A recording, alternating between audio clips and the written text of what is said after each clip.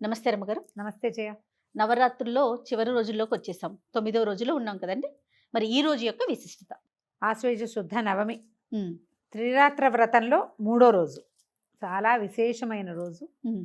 ఈ రోజే అమ్మ మహిషాసుర సంహారం చేసిందని మహిషాసుర మర్దిని అవతారంలో ప్రత్యేకమైన స్వరూపంలో మనకి చూపిస్తారు. హ్మ్. కాళికా స్వరూపం. మహిషాసుర మర్దిని అంటే ఒక పక్కన కాళికగా కనపడుతుంది. మహిషాసుర మర్దినికి 18 చేతులతో ఉన్న అమ్మవారుగాను కూడా కనిపిస్తుంది. మహిషాసుర మర్దిని అవతారమే ఈరోజు మనకి చూపిస్తారు. అమ్మవారు ఒక ప్రత్యేకమైన శక్తిగా కనపడుతుంది. మహిషుడు అనే ఒక రాక్షసుడు ఆమెని స్త్రీగా భావించాడు అమ్మని. హుహు. హ్మ్. మహిషుడు అంటే మహిషము అనగానే ఏమిటి? దున్నపోతు. అవును. మహిషి స్త్రీ, మహిషము అంటే దున్నపోతు. వాడు ఒక జంతువుకి జన్మించిన వాడు. అమ్మకి స్త్రీకి తేడా తెలియదు. స్త్రీలో అమ్మని చూడగలిగిన వాడికి ఏదీ లేదు. మరి వాడికి అంతా సర్వం శక్తిమయమే, సర్వం మాతృమయంగానే ఉంటుంది. మహిషాసురుడు చాలా వరగర్వంతో, విశేషించి దేవతల్ని వాళ్ళని జయించటం వల్ల లోకం అంతా తనకి పాదాక్రాంతంగా ఉండాలన్న ఒక కోరిక కలిగినవాడు. స్త్రీ వల్ల తనకి ఏ భయము లేదని నమ్మినవాడు. వీళ్ళంతా నేను స్త్రీ వల్లే జన్మించాననే ఒక ఇంగితం లేని వాళ్ళనమాట. అంతే. అదొక జాతి ఉంటుంది. దాన్నే ఆసురి గుణాలు అంటారు జయ. అసురు గుణాలు. అంతే. ఇప్పుడు రాక్షస ప్రవృత్తి, రాక్షస గుణాలు, ఆసురి గుణాలు ఇవన్నీ ఏంటంటే, నా మూలం ఏమిటి? నేను ఎక్కడి నుంచి వచ్చాను? నేను మగవాడిని, నేను చాలా గొప్పవాడిని, నాకు బలం ఉంది, వరం ఉంది, ఇంకేదో ఉంది, కానీ నేను ఎక్కడి నుంచి వచ్చాను అనే ఆలోచన ఉండదు. ఆలోచన ససేమిరా చేయరు. ఈ మహిషుడు అలాంటి వాడు. వాడు కూడా ఒక ఆడ గేదెకి పుట్టినవాడే, స్త్రీకి పుట్టవలసిన వాడే ఎవడైనా సరే. అంతే కదా. అంతే కదా. అవతార పురుషుడైనా అమ్మకే జన్మించాడు. వీడు ఎప్పుడైతే ఈ ఒక అద్భుతమైన స్త్రీ రూపం అక్కడెక్కడో కనపడిందని తన సైనికులు, తర్వాత కొంతమంది మంత్రులు చెప్పేసరికల్ స్త్రీ వల్ల మనకి భయం లేదు కదా, ఆ స్త్రీ ఏమిటో చూసి రండి కొంతమందిని కొంతమంది సైన్యాధ్యక్షుల్ని, కొంతమంది మంత్రుల్ని పంపించాడు.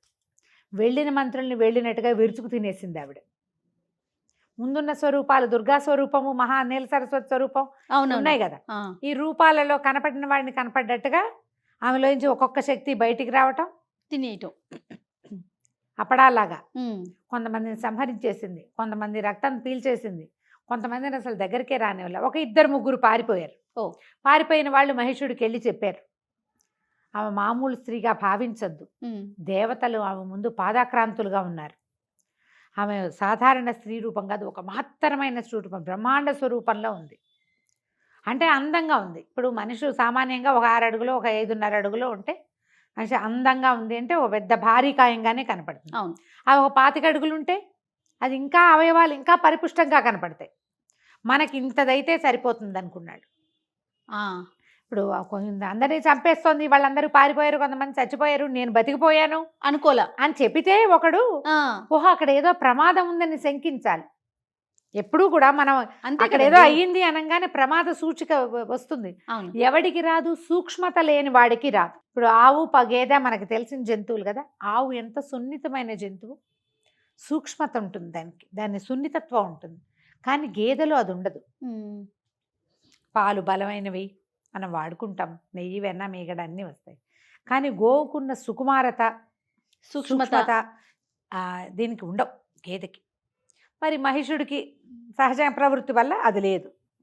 ఇంతమందిని చంపేసిన స్త్రీ అంటే అబ్బా పరాక్రమశాలి, అలాంటిదే మనకు కావాలనుకున్నాడు. పరాక్రమశాలి, ఈమె వల్ల మనకేమైనా వస్తుందేమో, మీది మిక్కిలి ఎవరి చేతిలోని మరణం లేకుండా వరం పొంది స్త్రీల వల్ల నాకు భయం లేదు అని స్త్రీని పక్కన పెట్టాను, అది ఇదేనేమో అన్న భయం రాలా వాడికి. రాక ఆమె మీదకి వచ్చాడు. చూద్దాం, ఒకవేళ కుదిరిందా వీటితోటి ఏదైనా సంసారం చేయటమో లేకపోతే వివాహం చేసుకోవటమో చేద్దాం. అలాంటి ఆలోచనే. అంతగా అయితే యుద్ధం చేస్తానంటే వాళ్ళందరూ చేశారు, నేను కూడా చేస్తా, నన్ను ఎట్లా చేయిస్తుంది? నేను స్త్రీవధ్యుణ్ణే, ఆ స్త్రీ చేత మరణం ఉంది నాకు, కానీ నన్ను చంపగలిగే స్త్రీ ఎక్కడి నుంచి వస్తుంది? ప్రతివాడికి ఇలాగే ఉంటుంది, నా అంతటి వాడు లేడనిపిస్తుంది. అంతే కదా. ఈ లేడనిపించే వాళ్ళందరికీ సమాధానమే ఈ మహిషాసుర మర్దిని. ఈ మహర్నవమి రోజున నాకు తిరుగులేదనుకున్న ప్రతి వాడు కింద పడాల్సిందే, సాగిల పడవలసిందే. మీరు ఎవరెవరైతే అధికారం వల్ల ఇబ్బందులు పడేవాళ్ళు, అధికారుల వల్ల లేదా స్నేహితుల్లో ఏదైనా తీవ్రమైన ప్రతిఘటన ఎదుర్కొనేవాళ్ళు మహర్నవమి నాడు గనక అమ్మని ఆరాధిస్తే మీకు ఏ ఏ ప్రతికూల శక్తులు ఉన్నాయో అవన్నీ పాదాక్రాంతం అవుతాయి. మీకంత కెపాసిటీ లేదు, అమ్మకి పాదాక్రాంతం అవుతారు వాళ్ళు. మనకంత శక్తి ఉండాలిగా, మనకు శత్రువులు ఉంటారు, కానీ అవతల వాడిని పాదాక్రాంతం చేసుకోగలిగేది ఉండదు, మీకు సమస్య తీరిపోతుంది. ఈ రోజున ఈ స్వరూపంలో ఉండే అమ్మకి నీలం రంగు వస్త్రాలు సమర్పించాలి. ముదురు రంగులు, ఒక్కొక్కసారి ఆకుపచ్చ, ముదురు ఆకుపచ్చ, ఆ నలుపులో కలిసేది ఉంటుంది, బాటిల్ గ్రీన్లో డీప్ కలర్, అలాంటివి కూడా సమర్పిస్తారు. అవి సమర్పించవచ్చు.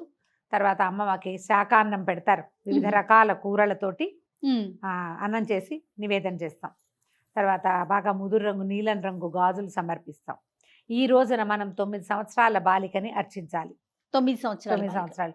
చివరి 2 రోజులు, అష్టమి నవమి 2 రోజులు కూడా 9 ఏళ్ళే.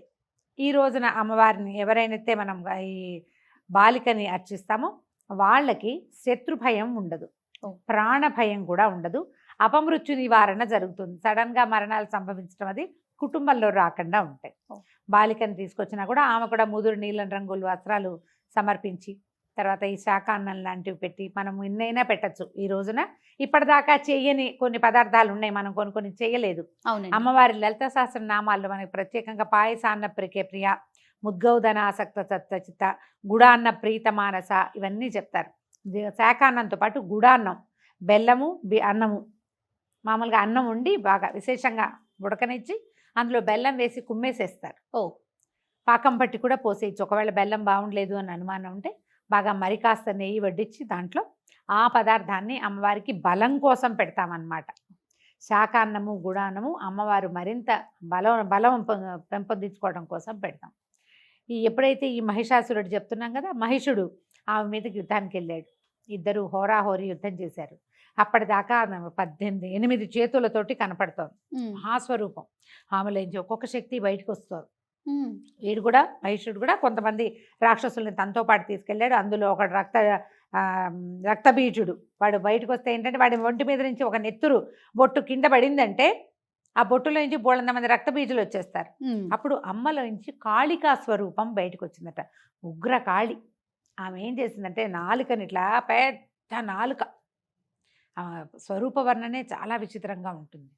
మెడలో కపాలాల మాల, నల్లని వస్త్రాలు, ఏకవేణి అంటే ఒకటి జుట్టు విరబోసుకుని నగ్నంగా ఉంది అంటారు. కపాలాలు వాటితోటే శరీరం కప్పబడి ఉండి కాలికి ఒక ముళ్ళ తీగ చుట్టుకుని ఉండి, అలంకారం లోహలత ఆవిడకి, ఒక ఇనప ముళ్ళ తీగని కాలికి చుట్టుకుని ఉంది.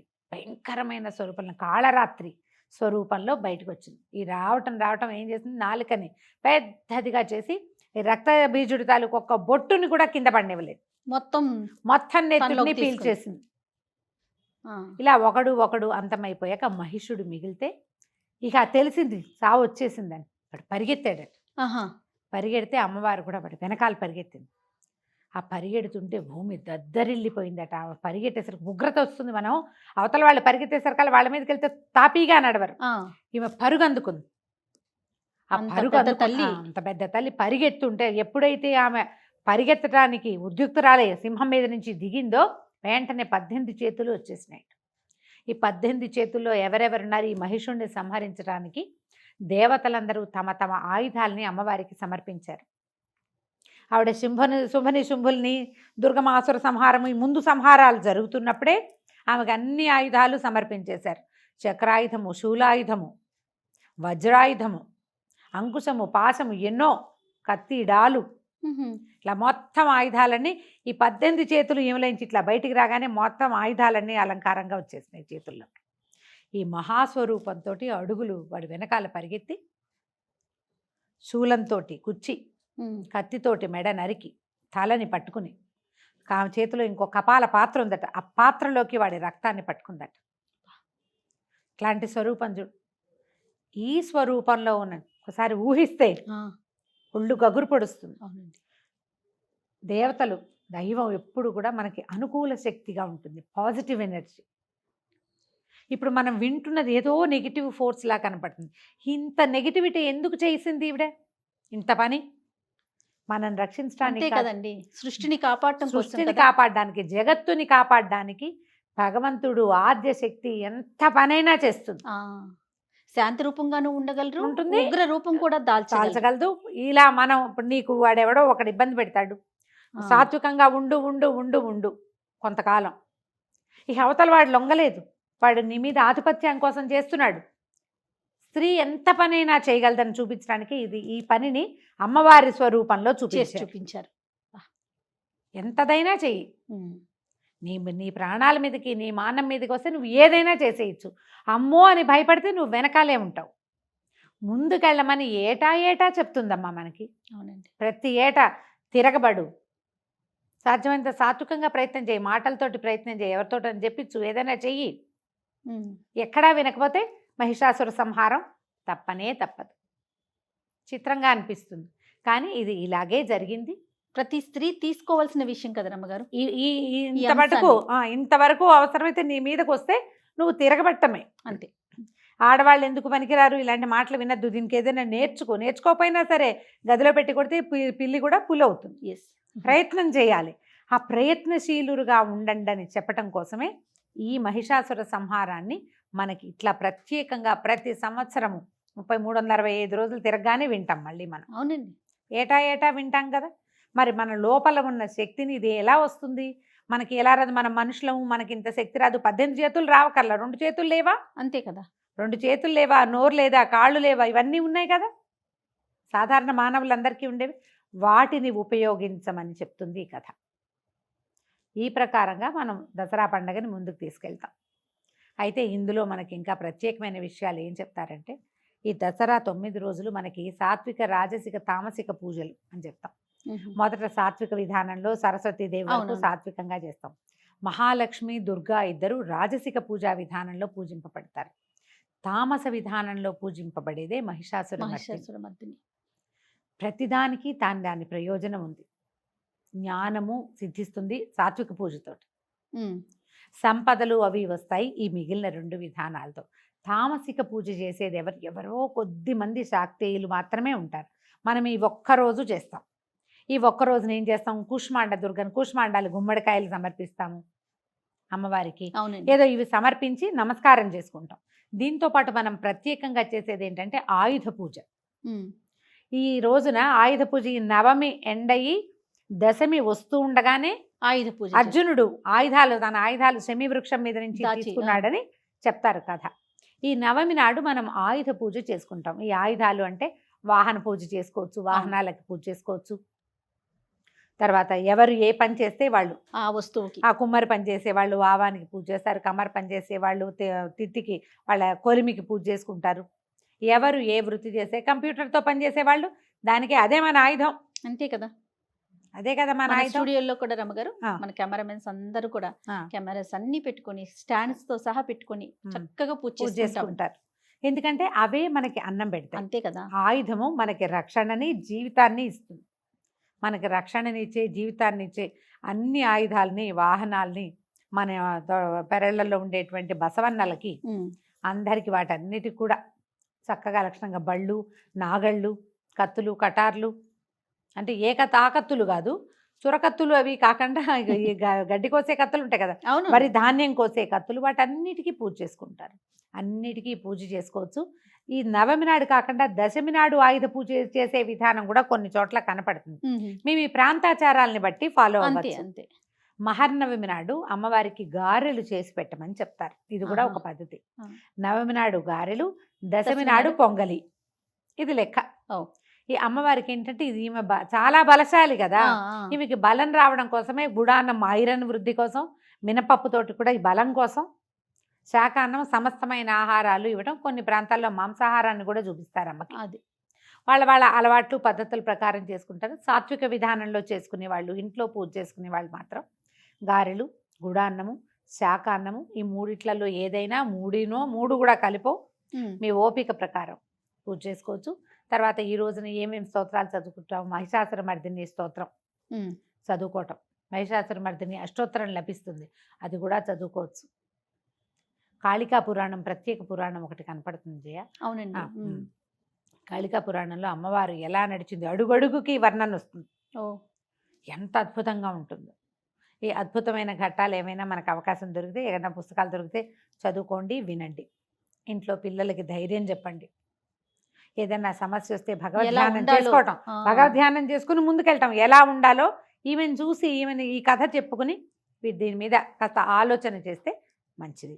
దీంతో 9 రోజుల నవరాత్రి పూజా విధానం పూర్తవుతుంది. ఎవరైతే తొలి రోజున కలశం పెట్టారో వాళ్ళు ఈ నవమి నాటి రాత్రి కలశానికి ఉద్వాసన చెప్పేసేయచ్చు. ఓకే. కలశం కదపటం, వినాయకుడిని తీసి పక్కకు పెట్టుకోవటం, అమ్మవారి స్వరూపాన్ని పెట్టుకున్నాం, చిన్న ప్రతిమ పెట్టుకున్నాం అనుకో, దానికి ప్రత్యేకంగా శ్లోకాలు ఉంటాయి, ఉద్యాపన శ్లోకాలు చెప్తారు. విసర్జన చేయటం కూడా కదిపి పక్కన పెట్టుకుని మర్నాడు పొద్దున సర్దేసుకోవచ్చు. ఓహో, రాత్రికి సర్దక్కర్లా, కదపటం వరకే. అమ్మ 9 రోజులు పూజించాము, వెళ్ళరా తల్లి, మళ్ళీ వచ్చే ఏడాది మళ్ళీ వద్దు కానీ మా ఇంటికి అని చెప్పుకొని నమస్కారాలు చేసుకోవటం. విశేషంగా చక్కగా ఏదైనా ప్రసాద వినిమయం కనుక చేసుకోగలిగితే చాలా మంచిది.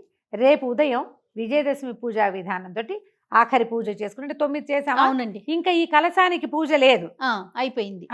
ఇంకా మనం అది పెడతాం కదా దీపం, అఖండ దీపం కూడా దీంతో ఆగిపోయింది. ఇంకా అందులో నూనె వడ్డింపు అవి ఏం చేయకండి. ఇంకా కొంచెం నూనె ఉండిపోతే దాన్ని వదిలిపెట్టేది, మలిగించద్దు దీపాన్ని. దాని అంతటా మలిగిపోతే ఊరుకోవచ్చు. ఈ పూటకి ఆపేసేయటమే. రేపు తెల్లవారాక మళ్ళీ మనం ఏం చేస్తాం, ఈ ఏ పీఠం ఏదైతే ఈ కలశం పెట్టామో ఆ కలశాన్ని తీసేసి అన్నీ సవరించి దేవుడి గది తుడిచేసుకుని ఆ పీట ఖాళీ చేసేయటం. అపరాజిత ఆరాధన మామూలు మన రోజువారీ పూజా విధానంలో భాగంగానే అమ్మవారిని మళ్ళీ ఆ ఫోటో ఎక్కడి నుంచి తీసామో అక్కడ వెనక్కి పెట్టేసి పూజ చేసుకుంటే సరిపోతుంది. నమస్తే. నమస్తే.